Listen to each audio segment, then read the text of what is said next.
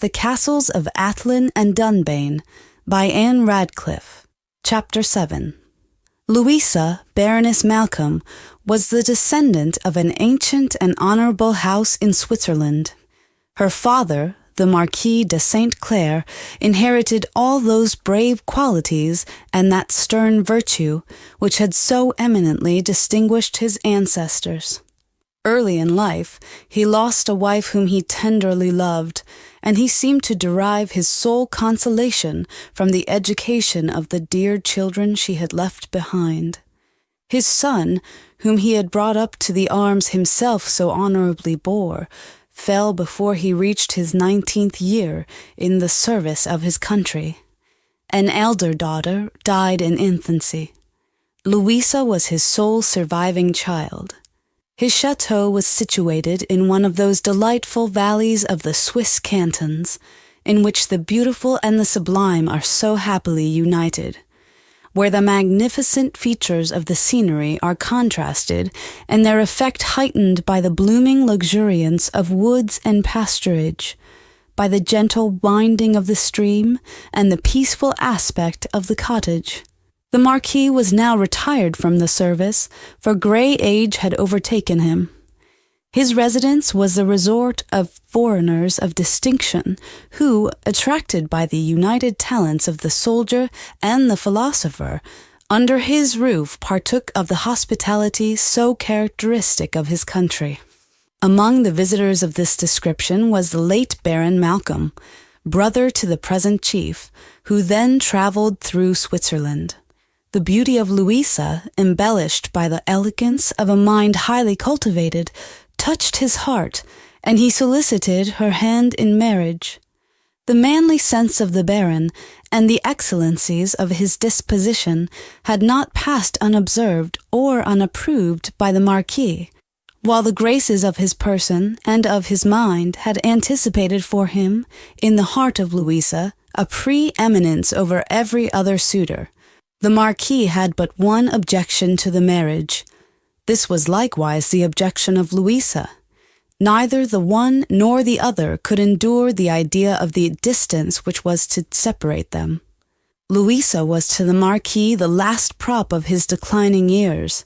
The Marquis was to Louisa the father and the friend to whom her heart had hitherto been solely devoted, and from whom it could not now be torn but with an anguish equal to its attachment. This remained an insurmountable obstacle, till it was removed by the tenderness of the Baron, who entreated the Marquis to quit Switzerland and reside with his daughter in Scotland. The attachment of the Marquis to his natal land and the pride of hereditary dominion was too powerful to suffer him to acquiesce in the proposal without much struggle of contending feelings.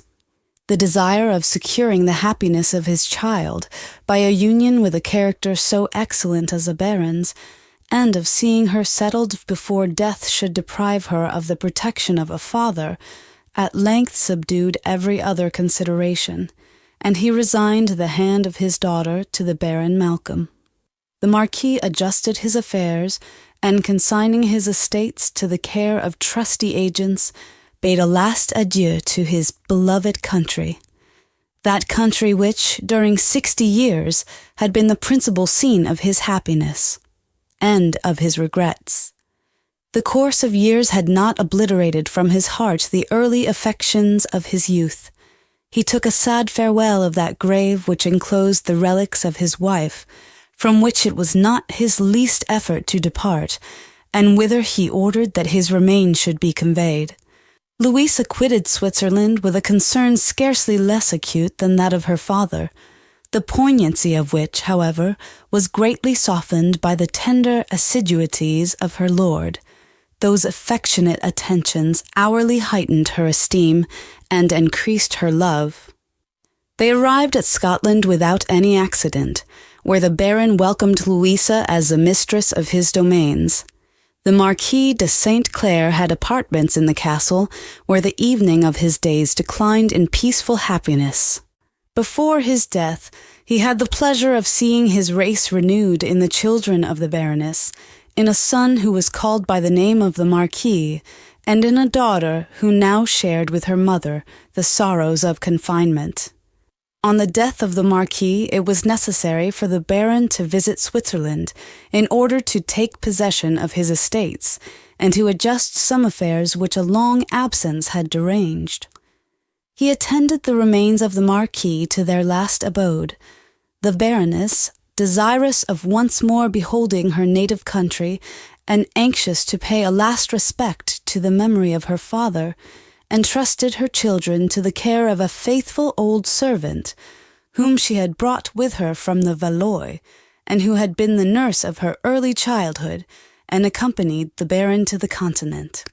Having deposited the remains of the Marquis according to his wish in the tomb of his wife, and arranged their affairs, they returned to Scotland, where the first intelligence they received on their arrival at the castle was of the death of their son, and of the old nurse, his attendant. The servant had died soon after their departure, the child only a fortnight before their return. This disastrous event affected equally the Baron and his lady, who never ceased to condemn herself for having entrusted her son to the care of servants. Time, however, subdued the poignancy of this affliction, but came fraught with another yet more acute. This was the death of the Baron, who, in the pride of youth, constituting the felicity of his family and of his people, was killed by a fall from his horse, which he received in hunting. He left the Baroness and an only daughter to bewail with unceasing sorrow his loss.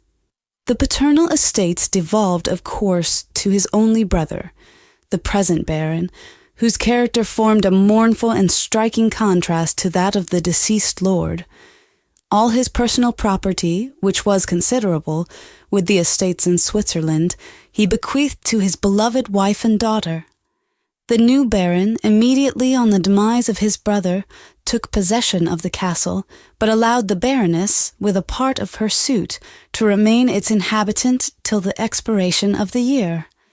The Baroness, absorbed in grief, still loved to recall, in the scene of her late felicity, the image of her lord, and to linger in his former haunts. This motive, together with the necessity of preparation for a journey to Switzerland, induced her to accept the offer of the Baron. The memory of his brother had quickly faded from the mind of Malcolm, whose attention appeared to be wholly occupied by schemes of avarice and ambition. His arrogance and boundless love of power embroiled him with the neighboring chiefs and engaged him in continual hostility. He seldom visited the Baroness. When he did, his manner was cold and even haughty. The Baroness, shocked to receive such treatment from the brother of her deceased lord, and reduced to feel herself an unwelcome guest in that castle which she had been accustomed to consider as her own, determined to set off for the continent immediately, and seek, in the solitudes of her native mountains, an asylum from the frown of insulting power. The contrast of character between the brothers drew many a sigh of bitter recollection from her heart, and added weight to the sorrows which already oppressed it. She gave orders, therefore, to her domestics to prepare for immediate departure, but was soon after told that the Baron had forbade them to obey the command. Astonished at this circumstance, she had not time to demand an explanation, ere a message from Malcolm required a few moments' private conversation. The messenger was followed almost instantly by the Baron, who entered the apartment with hurried steps, his countenance overspread with the dark purposes of his soul. "I come, madam," said he, in a voice stern and determined, "to inform you that you quit not this castle. The estates which you call yours are mine, and think not that I shall neglect to prosecute my claim. The frequent and ill-timed generosities of my brother have diminished the value of the lands which are mine by inheritance, and I have therefore an indispensable right to repay myself from those estates which he acquired with you. In point of justice, he possessed not the right of devising these estates, and I shall not suffer myself to be deceived by the evasions of the law. Resign, therefore, the will which remains only a record of unjust wishes and ineffectual claims. When the receipts from your estates have satisfied my demands, they shall again be yours. The apartments you now inhabit shall remain your own, but beyond the wall of this castle you shall not pass, for I will not, by suffering your departure, afford you an opportunity of contesting those rights which I can enforce without opposition." Overcome with astonishment and dread, the Baroness was for some time deprived of all power of reply. At length, roused by the spirit of indignation, "I am too well informed, my lord," said she, "of my just claims to the lands in question, and know also too well the value of that integrity, which is now no more, to credit your bold assertions. They serve only to unveil to me the darkness of a character, cruel and rapacious, whose boundless avarice, trampling on the barriers of justice and humanity, seizes on the right of the defenseless widow, and on the portion of the unresisting orphan. This, my lord, you are permitted to do. They have no means of resistance, but think not to impose on me by a sophistical assertion of right, or to gloss the villainy of your conduct with the colors of justice. The artifice is beneath the desperate force of your character, and is not sufficiently specious to deceive the discernment of virtue.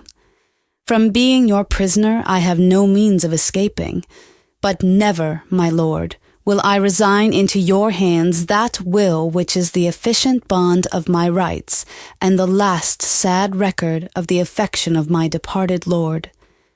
Grief closed her lips. The Baron, denouncing vengeance on her resistance, his features inflamed with rage, quitted the apartment.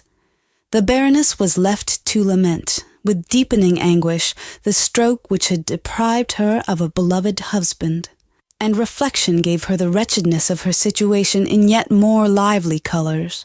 She was now a stranger in a foreign land, deprived by him, of whom she had a right to demand protection, of all her possessions, a prisoner in his castle, without one friend to vindicate her cause, and far remote from any means of appeal to the laws of the country. She wept over the youthful Laura, and while she pressed her with mournful fondness to her bosom, she was confirmed in her resolution never to relinquish that will, by which alone the rights of her injured child could ever be ascertained. The Baron, bold in iniquity, obtained by forged powers the revenues of the foreign estates, and by this means effectually kept the Baroness in his power, and deprived her of her last resource. Secure in the possession of the estates and of the Baroness, he no longer regarded the will as an object of importance, and as she did not attempt any means of escape or the recovery of her rights, he suffered her to remain undisturbed and in quiet possession of the will. The Baroness now passed her days in unvaried sorrow, except in those intervals when she forced her mind from its melancholy subject and devoted herself to the education of her daughter. The artless efforts of Laura to assuage the sorrows of her mother only fixed them in her heart in deeper impression, since they gave to her mind, in stronger tints, the cruelty and oppression to which her tender years were condemned. The progress which she made in music and drawing, and in the lighter subjects of literature, while it pleased the Baroness, who was her sole instructress, brought with it the bitter apprehension that these accomplishments would probably be buried in the obscurity of a prison. Still, however, they were not useless, since they served at present to cheat affliction of many a weary moment, and would in future delude the melancholy hours of solitude. Laura was particularly fond of the lute, which she touched with exquisite sensibility, and whose tender notes were so sweetly in unison with the chords of sorrow, and with those plaintive tones with which she loved to accompany it. While she sung, the Baroness would sit absorbed in recollection, the tears fast falling from her eyes, and she might be said to taste in those moments the luxury of woe. Malcolm, stung with a sense of guilt, avoided the presence of his injured captive and sought an asylum from conscience in the busy scenes of war. 18 years had now elapsed since the death of the Baron and the confinement of Louisa. Time had blunted the point of affliction, though it still retained its venom, but she seldom dared to hope for that which for 18 years had been withheld. She derived her only consolation from the improvement and the tender sympathy of her daughter, who endeavored, by every soothing attention, to alleviate the sorrows of her parent. It was at this period that the Baroness communicated to the Earl the story of her calamities. The Earl listened with deep attention to the recital. His soul burned with indignation against the Baron, while his heart gave to the sufferings of the fair mourners all that sympathy could ask. Yet he was relieved from a very painful sensation when he learned that the beauty of Laura had not influenced the conduct of the Baron. Her oppressed situation struck upon his heart the finest touch of pity, and the passion which her beauty and her simplicity had inspired was strengthened and ameliorated by her misfortunes. The fate of his father and the idea of his own injuries rushed upon his mind, and, combining with the sufferings of the victims now before him, roused in his soul a storm of indignation little inferior to that he had suffered in his first interview with the Baron. Every consideration sunk before the impulse of a just revenge. His mind, occupied with the hateful image of the murderer, was hardened against danger, and in the first energies of his resentment, he would have rushed to the apartment of Malcolm, and striking the sword of justice in his heart, have delivered the earth from a monster, and have resigned himself the willing sacrifice of the action. "Shall the monster live?" cried he, rising from his seat. His step was hurried, and his countenance was stamped with a stern virtue. The Baroness was alarmed, and following him to the door of her apartment, which he had half opened, conjured him to pause for a moment on the dangers that surrounded him. The voice of reason, in the accents of the Baroness, interrupted the hurried tumult of his soul. The illusions of passion disappeared. He recollected that he was ignorant of the apartment of the Baron, and that he had no weapon to assist his purpose, and he found himself as a traveller on enchanted ground, when the wand of the magician suddenly dissolves the airy scene and leaves him environed with the horrors of solitude and of darkness. The Earl returned to the seat hopeless and dejected, and lost to everything but to the bitterness of disappointment. He forgot where he was, and the lateness of the hour, till reminded by the Baroness of the dangers of a longer stay, when he mournfully bade her good night, and advancing to Laura with timid respect, pressed her hand tenderly to his lips, and retired to his prison. End of chapter. Chapter 8. He had now opened the partition, and was entering the room, when by the faint gleam which the fire threw across the apartment, he perceived indistinctly the figure of a man, and in the same instant heard the sound of approaching armor. Surprise and horror thrilled through every nerve.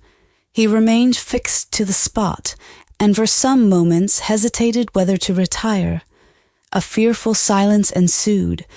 The person whom he thought he had seen disappeared in the darkness of the room. The noise of armor was heard no more, and he began to think that the figure he had seen and the sound he had heard were the phantoms of a sick imagination, which the agitation of his spirits, the solemnity of the hour, and the wide desolation of the place had conjured up. The low sounds of an unknown voice now started upon his ear. It seemed to be almost close beside him. He sprung onward, and his hand grasped the steely coldness of armor, while the arm it enclosed struggled to get free. "Speak! What wretch art thou?" cried Osbert, when a sudden blaze of light from the fire discovered to him a soldier of the Baron. His agitation for some time prevented his observing that there was more of alarm than of design expressed in the countenance of the man. But the apprehension of the Earl was quickly lost in astonishment when he beheld the guard at his feet. It was Edmund, who had entered the prison under the pretense of carrying fuel to the fire, but secretly for the purpose of conferring with Osbert. When the Earl understood he came from Allen, his bosom glowed with gratitude towards that generous youth, whose steady and active zeal had never relaxed since the hour in which he first engaged in his cause. The transport of his heart may be easily imagined when he learned the schemes that were planning for his deliverance. The circumstance which had nearly defeated the warm hopes of his friends was by him disregarded, since the knowledge of the secret door opened to him, with the assistance of a guide through the intricacies of the castle, a certain means of escape. Edmund was well acquainted with all these. The Earl told him of the discovery of the false panel, bade him return to Allen with the joyful intelligence, and on his next night of watch prepare to aid him in escape. Edmund knew well the apartments which Osbert described, and the great staircase which led into a part of the castle that had long been totally forsaken, and from whence it was easy to pass unobserved into the vaults which communicated with the subterraneous passages in the rock. Allen heard the report of James with a warm and generous joy, which impelled him to hasten immediately to the castle of Athlin and dispel the sorrows that inhabited there. But the consideration that his sudden absence from the camp might create suspicion and invite discovery checked the impulse, and he yielded with reluctance to the necessity which condemned the Countess and Mary to the horrors of a lengthened suspense. The Countess, meanwhile, whose designs, strengthened by the studied determination of Mary, were unshaken by the message of the Earl, which she considered as only the effect of a momentary impulse, watched the gradual departure of those days which led to that which enveloped the fate of her children with agony and fainting hope. She received no news from the camp, no words of comfort from Allen, and she saw the confidence which had nourished her existence slowly sinking in despair. Mary sought to administer that comfort to the afflictions of her mother, which her own equally demanded. She strove, by the fortitude with which she endeavored to resign herself, to soften the asperity of the sufferings which threatened the Countess, and she contemplated the approaching storm with the determined coolness of a mind aspiring to virtue as the chief good. But she sedulously sought to exclude Allen from her mind. His disinterested and noble conduct excited emotions dangerous to her fortitude, and which rendered yet more poignant the tortures of the approaching sacrifice. Anxious to inform the Baroness of his approaching deliverance, to assure her of his best services, to bid adieu to Laura, and to seize the last opportunity he might ever possess of disclosing to her his admiration and his love, the Earl revisited the apartments of the Baroness. She felt a lively pleasure on the prospect of his escape, and Laura, in the joy which animated her on hearing this intelligence, forgot the sorrows of her own situation, forgot that of which her heart soon reminded her, that Osbert was leaving the place of her confinement, and that she should probably see him no more. This thought cast a sudden shade over her features, and from the enlivening expression of joy, they resumed their wonted melancholy. Osbert marked the momentary change, and his heart spoke to him the occasion. "My cup of joy is dashed with bitterness," said he, "for amid the happiness of approaching deliverance, I quit not my prison without some pangs of keen regret, pangs which it were probably useless to make known, yet which my feeling will not suffer me at this moment to conceal. Within these walls from whence I fly with eagerness, I leave a heart fraught with the most tender passion, a heart which, while it beats with life, must ever unite the image of Laura with the fondness of love. Could I hope that she were not insensible to my attachment, I should depart in peace, and would defy the obstacles which bid me despair. Were I even certain that she would repel my love with cold indifference, I would yet, if she accept my services, effect her rescue or give my life the forfeiture." Laura was silent. She wished to speak her gratitude, yet feared to tell her love. But the soft timidity of her eye and the tender glow of her cheek revealed the secret that trembled on her lips. The Baroness observed her confusion, and thanking the Earl for the noble service he offered, declined accepting it. She besought him to involve no further the peace of his family and of himself, by attempting an enterprise so crowded with dangers, and which might probably cost him his life. The arguments of the Baroness fell forceless when opposed to the feelings of the Earl. So warmly he urged his suit, and dwelt so forcibly on his approaching departure, that the Baroness ceased to oppose, and the silence of Laura yielded acquiescence. After a tender farewell, with many earnest wishes for his safety, the Earl quitted the apartment elated with hope. But the Baron had been informed of his projected escape, and had studied the means of counteracting it. The sentinel had communicated his discovery to some of his comrades, who, without virtue or courage sufficient to quit the service of the Baron, were desirous of obtaining his favor, and failed not to seize on an opportunity so flattering as the present. To accomplish their purpose, they communicated to their chief the intelligence they had received. Malcolm, careful to conceal his knowledge of the scheme, from a design to entrap those of the clan who were to meet the Earl, had suffered Edmund to return to his station at the prison, where he had placed the informers as secret guards, and had taken such other precautions as were necessary to intercept their flight, should they elude the vigilance of the soldiers, and likewise to secure those of his people who should be drawn toward the castle in expectation of their chief. Having done this, he prided himself in security, and in the certainty of exulting over his enemies, thus entangled in their own stratagem. After many weary moments of impatience to Alan, and of expectations to the Earl, the night at length arrived on which hung the event of all their hopes. It was agreed that Alan, with a chosen few, should await the arrival of the Earl in the cavern where terminated the subterraneous avenue. Alan parted from James with extreme agitation, and returned to his tent to compose his mind. It was now the dead of night. Profound sleep reigned through the castle of Dunbayne, when Edmund gently unbolted the prison door and hailed the Earl. He sprung forward, and instantly unclosed the panel, which they fastened after them to prevent discovery, and passing with fearful steps the cold and silent apartments, descended the great staircase into the hall, whose wide and dark desolation was rendered visible only by the dim light of the taper which Edmund carried in his hand, and whose vaulted ceiling re-echoed their steps. After various windings they descended into the vaults. In passing their dreary length, they often paused in fearful silence, listening to the hollow blasts which burst suddenly through the passages, and which seemed to bear in the sound the footsteps of pursuit. At length they reached the extremity of the vaults, where Edmund searched for a trap-door which lay almost concealed in the dirt and darkness.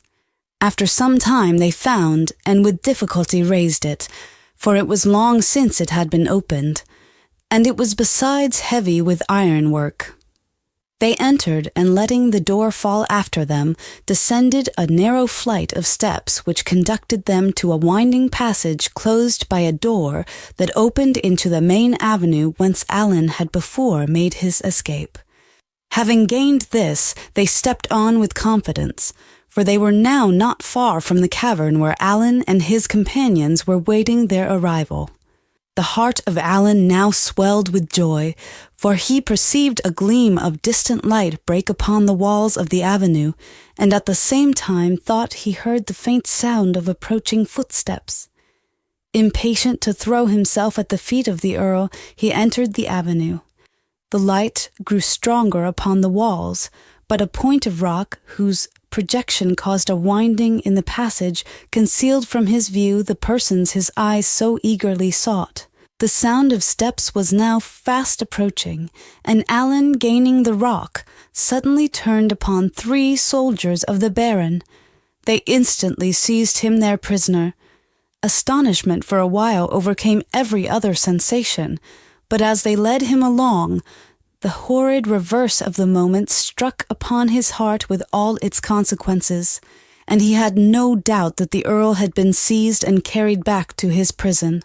As he marched along, absorbed in this reflection, a light appeared at some distance, from a door that opened upon the avenue, and discovered the figures of 2 men, who, on perceiving the party, they retreated with precipitation, and closed the door after them. Allen knew the Earl in the person of one of them. 2 of the soldiers, quitting Allen, pursued the fugitives, and quickly disappeared through a door. Allen, finding himself alone with the guard, seized the moment of opportunity and made a desperate effort to regain his sword.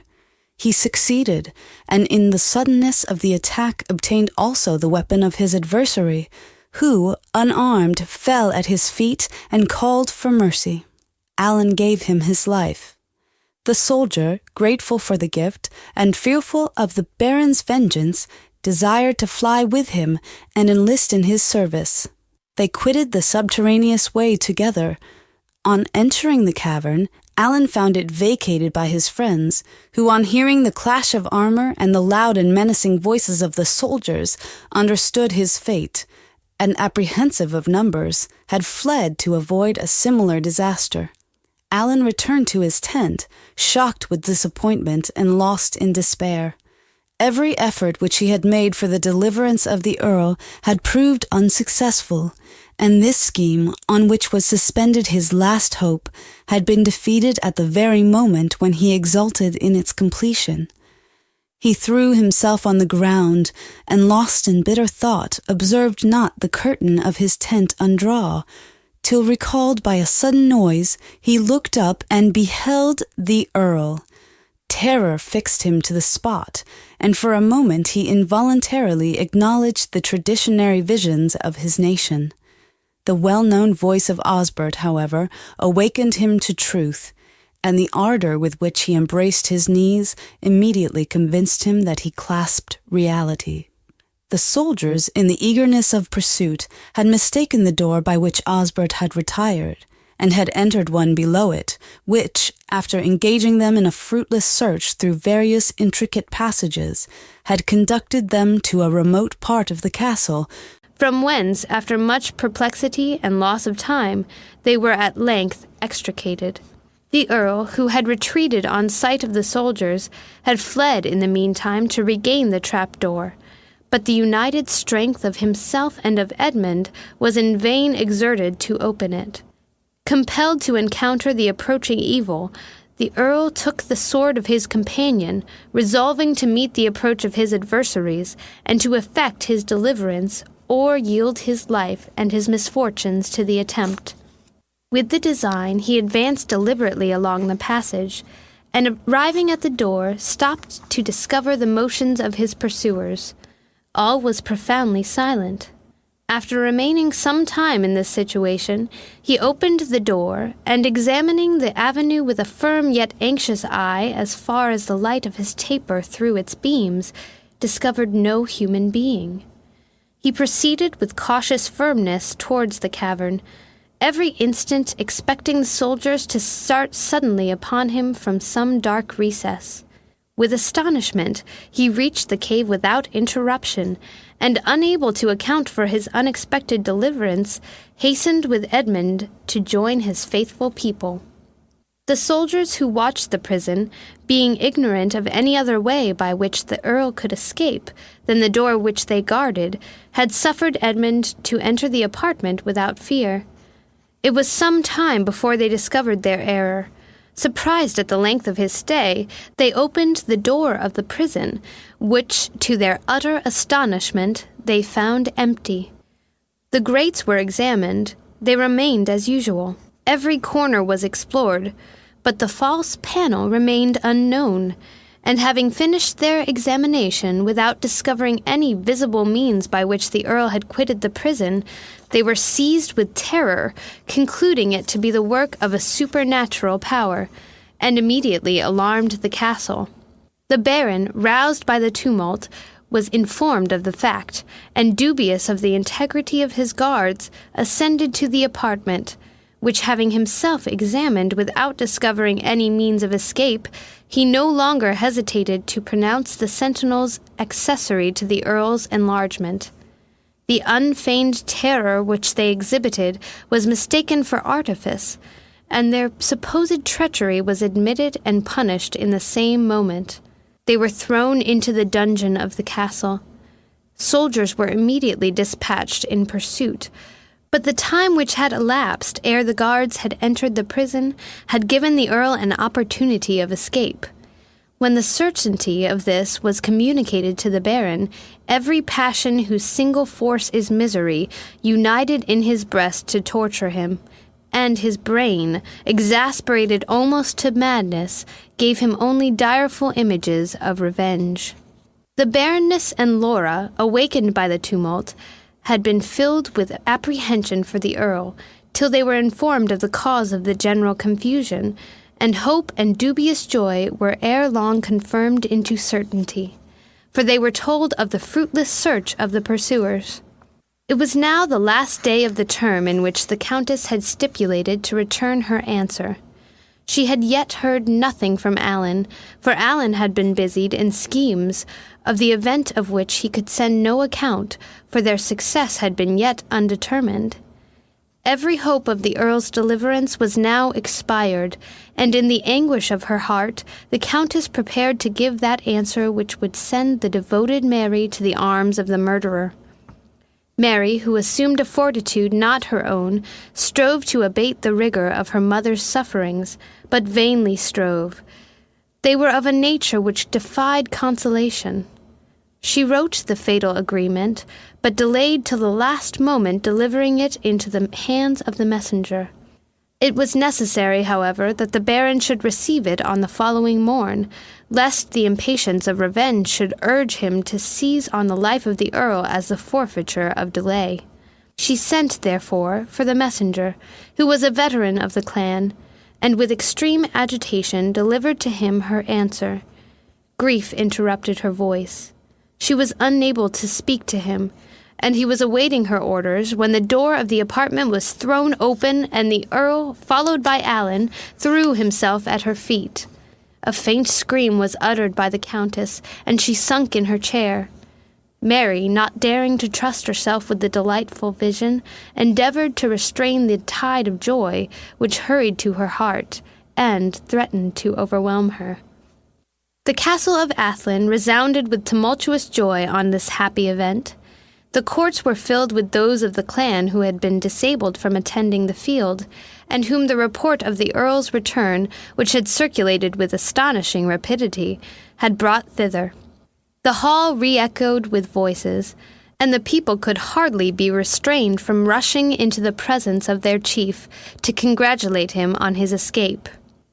When the first transports of the meeting were subsided, the Earl presented Alan to his family as his friend and deliverer, whose steady attachment he could never forget, and whose zealous service he could never repay.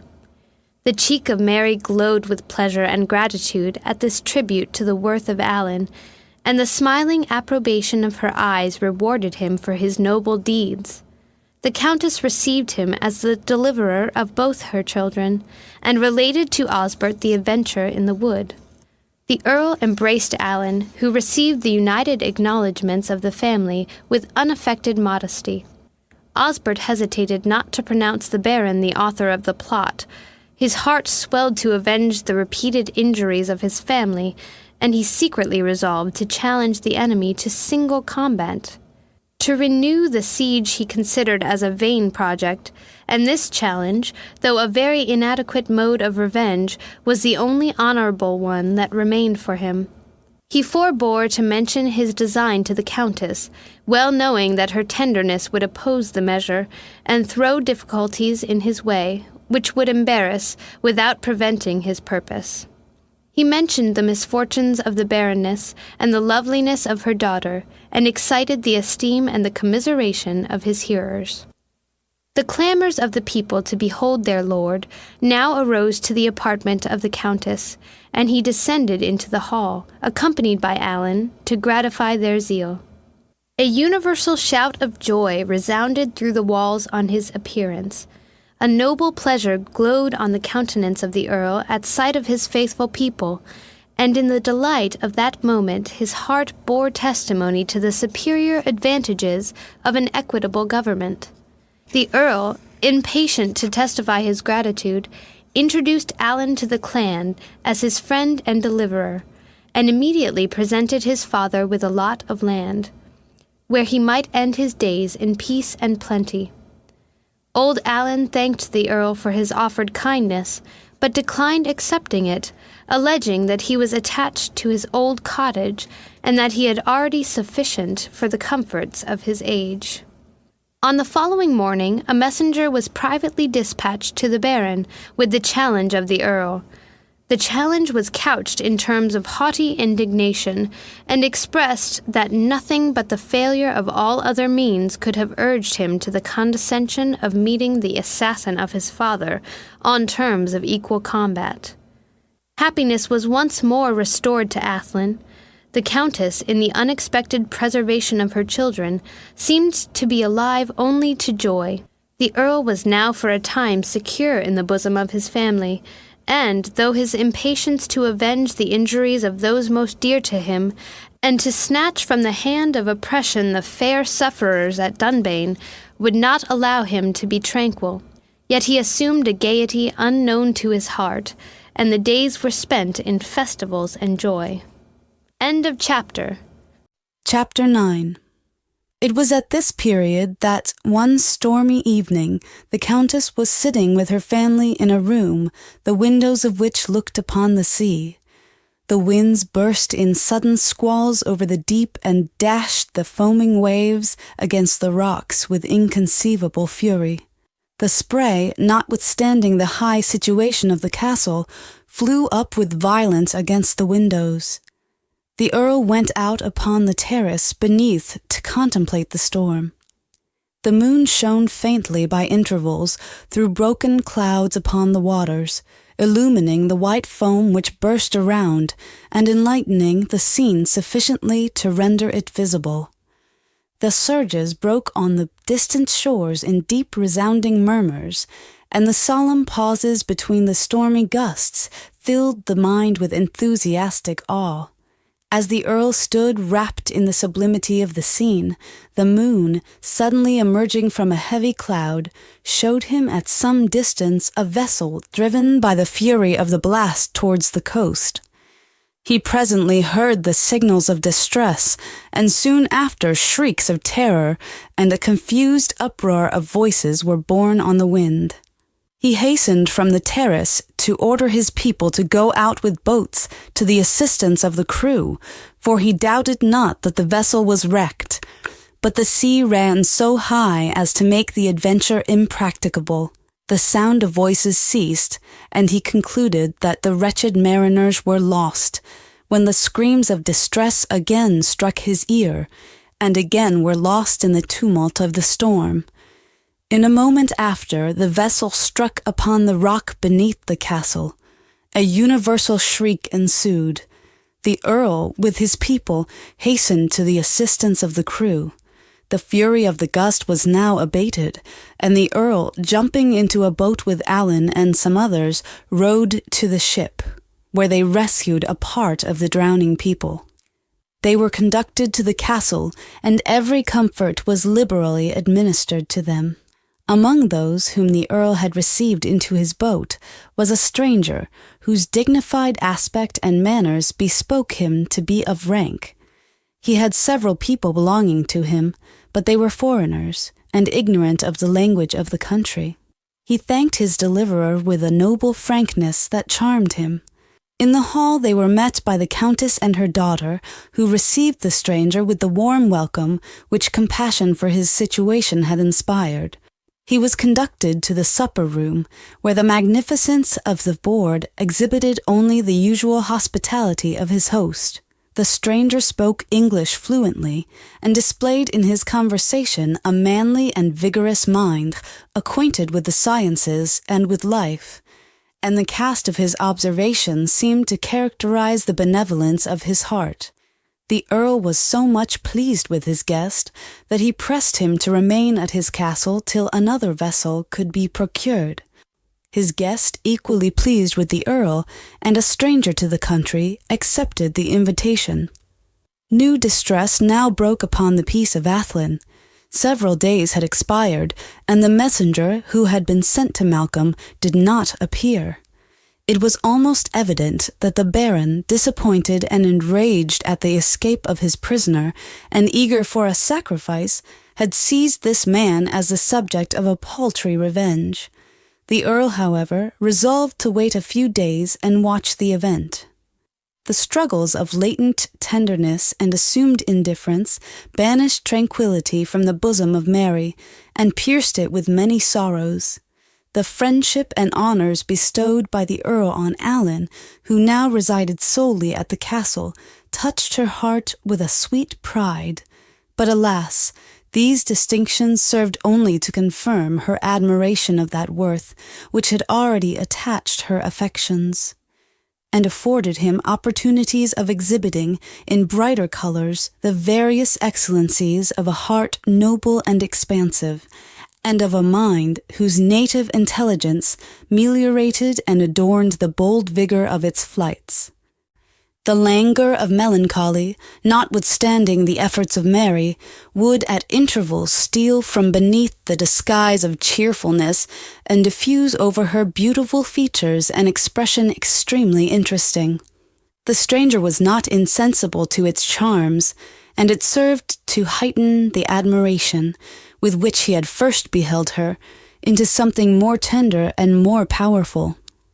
The modest dignity with which she delivered her sentiments, which breathed the purest delicacy and benevolence, touched his heart, and he felt an interest concerning her, which he had never before experienced.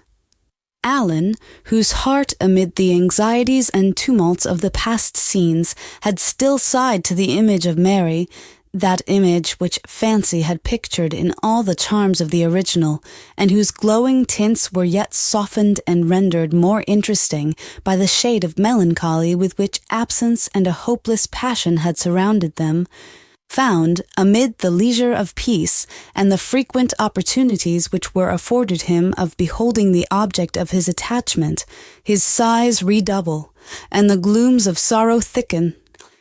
In the presence of Mary, a soft sadness clouded his brow. He endeavoured to assume a cheerfulness foreign to his heart, but endeavoured in vain. Mary perceived the change in his manners, and the observation did not contribute to enliven her own. The Earl, too, observed that Alan had lost much of his wonted spirits, and bantered him on the change, but thought not of his sister. Alan wished to quit a place so destructive to his peace as the castle of Athlin.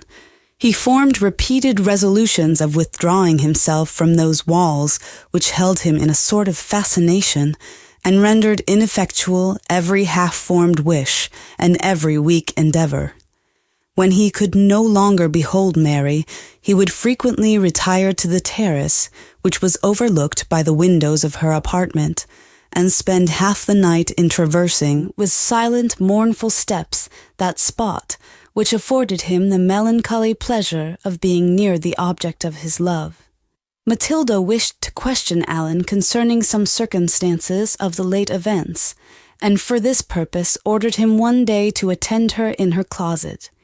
As he passed the outer apartment of the Countess, he perceived something lying near the door, through which she had before gone, and, examining it, discovered a bracelet, to which was attached a miniature of Mary. His heart beat quick at the sight. The temptation was too powerful to be resisted. He concealed it in his bosom and passed on. On quitting the closet, he sought, with breathless impatience, a spot where he might contemplate at leisure the precious portrait, which chance had so kindly thrown in his way. He drew it trembling from his bosom, and beheld again that countenance whose sweet expression had touched his heart with all the delightful agonies of love. As he pressed it with impassioned tenderness to his lips, the tear of rapture trembled in his eye, and the romantic ardor of the moment was scarcely heightened by the actual presence of the beloved object, whose light step now stole upon his ear, and half turning he beheld not the picture, but the reality. Surprised, confused, the picture fell from his hand. Mary, who had accidentally strolled to that spot, on observing the agitation of Allen, was retiring, when he, in whose heart had been awakened every tender sensation, losing in the temptation of the moment the fear of disdain, and forgetting the resolution which he had formed of eternal silence, threw himself at her feet, and pressed her hand to his trembling lips. His tongue would have told her that he loved, but his emotion and the repulsive look of Mary prevented him. She instantly disengaged herself with an air of offended dignity, and casting on him a look of mingled anger and concern, withdrew in silence. Allen remained fixed to the spot, his eyes pursuing her retiring steps, insensible to every feeling but those of love and despair. So absorbed was he in the transition of the moment that he almost doubted whether a visionary illusion had not crossed his sight to blast his only remaining comfort, the consciousness of deserving and of possessing the esteem of her he loved. He left the place with anguish in his heart, and, in the perturbation of his mind, forgot the picture. Mary had observed her mother's bracelet fall from his hand, and was no longer in perplexity concerning her miniature, but in the confusion which his behavior occasioned her, she forgot to demand it of him. The Countess had missed it almost immediately after his departure from the closet, and had caused a search to be made, which, proving fruitless, her suspicions wavered upon him. The Earl, who soon after passed the spot whence Allen had just departed, found the miniature. It was not long ere Allen recollected the treasure he had dropped, and returned in search of it. Instead of the picture, he found the Earl. A conscious blush crossed his cheek. The confusion of his countenance informed Osbert of a part of the truth, who, anxious to know by what means he had obtained it, presented him the picture and demanded if he knew it. The soul of Allen knew not to dissemble. He acknowledged that he had found and concealed it, prompted by that passion, the confession of which no other circumstance than the present could have wrung from his heart. The Earl listened to him with a mixture of concern and pity, but hereditary pride chilled the warm feelings of friendship and of gratitude, and extinguished the faint spark of hope which the discovery had kindled in the bosom of Allen. "Fear not, my lord," said he. "The degradation of your house from one who would sacrifice his life in its defense, never more shall the passion which glows in my heart escape from my lips.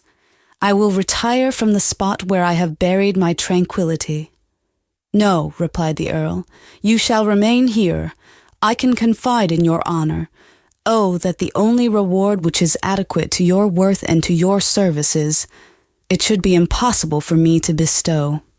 His voice faltered, and he turned away to conceal his emotion with a suffering little inferior to that of Allen. The discovery which Mary had made did not contribute to restore peace to her mind.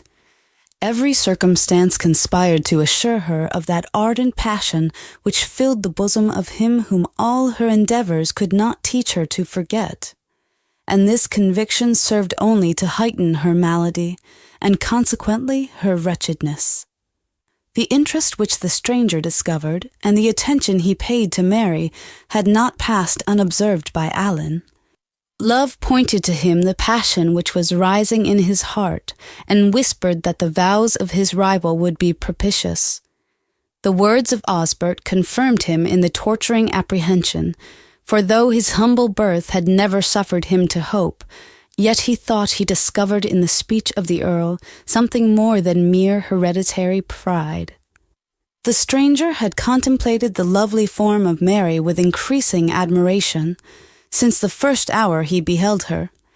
This admiration was now confirmed into love, and he resolved to acquaint the Earl with his birth and with his passion. For this purpose, he one morning drew him aside to the terrace of the castle, where they could converse without interruption, and pointing to the ocean, over which he had so lately been borne, thanked the Earl, who had thus softened the horrors of shipwreck and the desolation of a foreign land by the kindness of his hospitality. He informed him that he was a native of Switzerland, where he possessed considerable estates, from which he bore the title of Count de Saint-Morin. That enquiry of much moment to his interests had brought him to Scotland, to a neighbouring port of which he was bound, when the disaster from which he had been so happily rescued arrested the progress of his designs. He then related to the Earl that his voyage was undertaken upon a report of the death of some relations, at whose demise considerable estates in Switzerland became his inheritance, that the income of these estates had been hitherto received upon the authority of powers which, if the report was true, were become invalid. The Earl listened to this narrative in silent astonishment, and inquired with much emotion the name of the Count's relations. "The Baroness Malcolm," returned he. The Earl clasped his hands in ecstasy. The Count, surprised at his agitation, began to fear that the Earl was disagreeably interested in the welfare of his adversaries, and regretted that he had disclosed the affair, till he observed the pleasure which was diffused through his features. Osbert explained the cause of his emotion by relating his knowledge of the Baroness, in the progress of whose story the character of Malcolm was sufficiently elucidated. He told the cause of his hatred towards the Baron and the history of his imprisonment, and also confided to his honour the secret of his challenge. The indignation of the Count was strongly excited. He was, however, prevailed on by Osbert to forego any immediate effort of revenge, awaiting for a while the movements of Malcolm. The Count was so absorbed in wonder and in new sensations that he had almost forgot the chief object of the interview. Recollecting himself, he discovered his passion and requested permission of the Earl to throw himself at the feet of Mary. The Earl listened to the declaration with a mixture of pleasure and concern.